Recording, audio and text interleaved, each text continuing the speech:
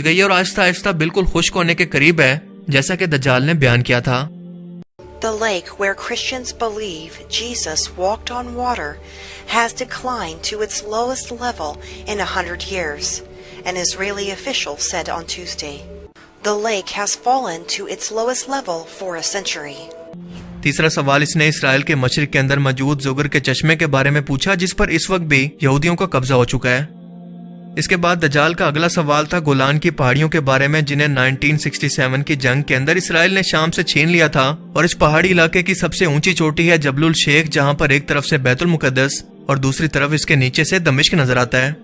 اس کی اونچائی 9232 فٹ ہے، جس پر لبنان، شام اور اسرائیل کا قبضہ ہے، کیونکہ یہ 1800 اسکوائر کلومیٹر کا لمبا ترین علاقہ ہے، جس کے ساتھ تبریہ کی جھیل اور زگر کا چشمہ بھی موجود ہے۔ اس کے ساتھ ساتھ بیسان کا علاقہ بھی اسی کے بالکل پاس موجود ہے۔ لہٰذا اگر ہم دجال کی طرف سے پوچھے جانے والے سوالوں پر غور کریں تو ان سب کا تعلق گولان کی پہاڑیوں سے ہی بنتا ہے، جو کہ بالکل اتفاق نہیں ہے، کیونکہ مارچ 2017 کے اندر امریکہ نے آفیشیلی طور پر گولان ہائٹس اسرائیل کے حوالے کرنے کا معاہدہ کر کے اس صورتحال کو بالکل کلیئر کر دیا کہ دجال نے یہ سب سوال آخر کیوں کیے، ان سوالوں کا مقصد اس کی آمد سے کیوں ہے۔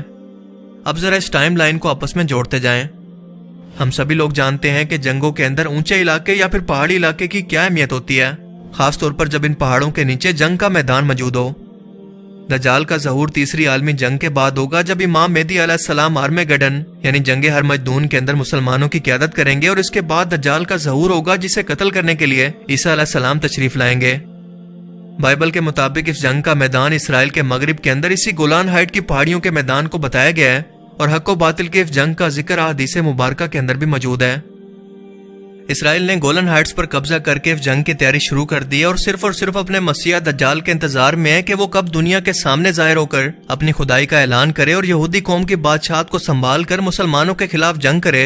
اور اب آپ کو سمجھ جانا چاہیے کہ کیوں اس وقت عالم کفر پوری دنیا کے مسلمانوں کے خلاف ایک یونائٹڈ نیشن کا بلاک بنا کر اس جنگ کی تیاری مکمل کر چکا ہے، مگر ہم لوگ ابھی تک اسی غفلت کے اندر ہیں۔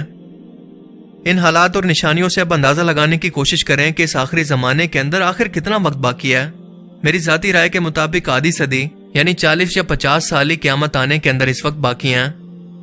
موجودہ حالات و واقعات کو دیکھ کر یہ میرا اندازہ ہے، جو کہ صحیح بھی ہو سکتا ہے یا پھر غلط بھی، کیونکہ قیامت کا اصل علم صرف اور صرف اللہ تعالیٰ کے پاس ہی ہے۔